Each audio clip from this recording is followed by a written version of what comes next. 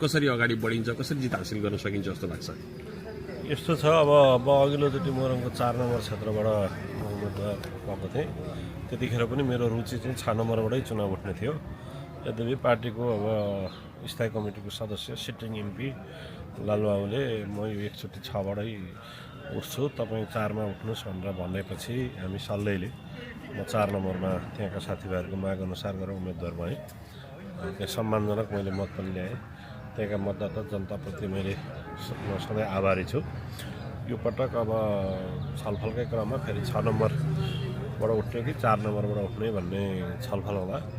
मेरो घर पनि भएको, पहिला म एकचोटि उपचुनावमा 65 सालतिर चुनाव पनि उठेको, मेरो पार्टी सदस्यता पनि त्यहीँ रहेको, अस्ति महाधिवेशन प्रतिनिधि छनौटमा पनि म त्यहीँबाट पार्टी सदस्यहरूको बिचबाट निर्वाचित भएर गएको र सबै हिसाबले मलाई चाहिँ अनुकूल हुने क्षेत्र 6 नम्बर रहेको र 6का साथीहरूको पनि त्यही खालको माग कार्यकर्ताको सबैको भएको हुनाले हामीले आपसी छलफल गरेर पार्टीमा सबैको व्यवस्थापनको कुरा पनि भयो। अहिले त 4मा अब जीवनजीको व्यवस्थापन गर्नुपर्ने पनि भएको कारणले गर्दा सहमतिका साथ म 6 नम्बरमा उम्मेदवारको रूपमा अहिले पार्टीले मलाई टिकट दिएको छ। म 6 नम्बरमा आएको छु।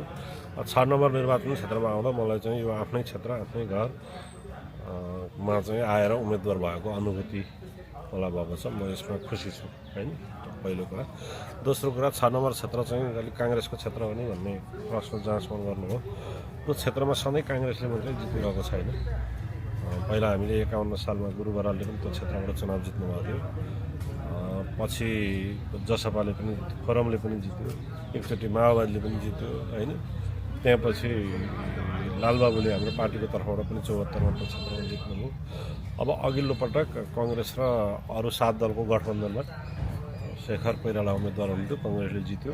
अब योचोटि हामी चाहिँ सबै पार्टीहरूले आफ्नो आफ्नो उम्मेदवारको रूपमा हामी चुनावमा जाँदैछौँ र त्यो क्षेत्रको अहिले पनि त्यो क्षेत्रको चाहिँ बनावट, त्यहाँको पार्टीको प्रभाव हेर्ने हो भने एमालेको एउटा बलियो प्रभाव 6 नम्बर क्षेत्रमा छ र मलाई विश्वास छ, हैन? म यो विराटनगरलाई कार्यक्षेत्र बनाएर लगभग 40 वर्षदेखि म यहाँ क्रियाशील छु। पार्टी काममा, राजनीतिक काममा, सामाजिक काममा, यो क्षेत्रका जुनसुकै गतिविधिमा म संलग्न छु। यहाँका जनता मतदातासँग पनि म प्रत्यक्ष जोडिएको छु।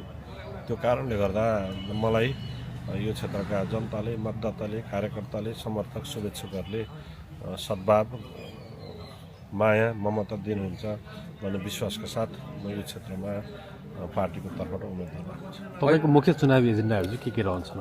अब एजेन्डा भनेको मूलत अहिलेको जुन राजनीतिक तरल अवस्था छ, यो राजनीतिक तरल अवस्थालाई अलि सही ढङ्गले अब पोलिटिक्सलाई ठिक ठाउँमा ल्याउने, लोकतन्त्र, गणतन्त्र, सङ्घीयता जुन हामीले सङ्घर्ष गरेर ल्याएको छौँ यसलाई थप सुदृढ सबल बनाउने, अब 6 नम्बर क्षेत्रको विकास निर्माणसँग जोडिएका कामहरूमा जोडिने अनि कम्तीमा यहाँका जनताका आवाजलाई पार्लियामेन्टमा, संसदमा उठाउने, कानुन ऐन बनाउने, यो कुरामा एउटा महत्त्वपूर्ण भूमिका खेल्न म सक्छु भन्ने लाग्छ। म त्यही स्पिडका साथ चुनावी अभियानमा जाँदैछु। अब यद्यपि अब मेरा प्रतिबद्धताहरू कसरी जाने भन्ने सबै कुरा हामी थप छलफल गरेर अब केही समयमा सार्वजनिक पनि गर्छौँ। अहिले मूलत अहिलेको मुलुकको तरल राजनीतिक अवस्थाबाट मुलुकलाई निकास दिने नै अहिलेको हाम्रो राजनीतिक एजेन्डा हो।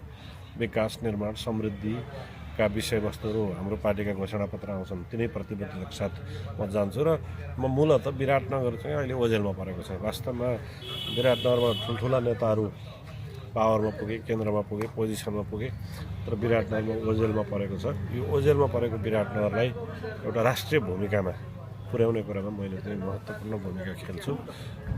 विराटनगर भन्ने बित्तिकै अब यो नेपालकै एउटा ठुलो औद्योगिक करिडर, औद्योगिक सहर पनि हो, हैन?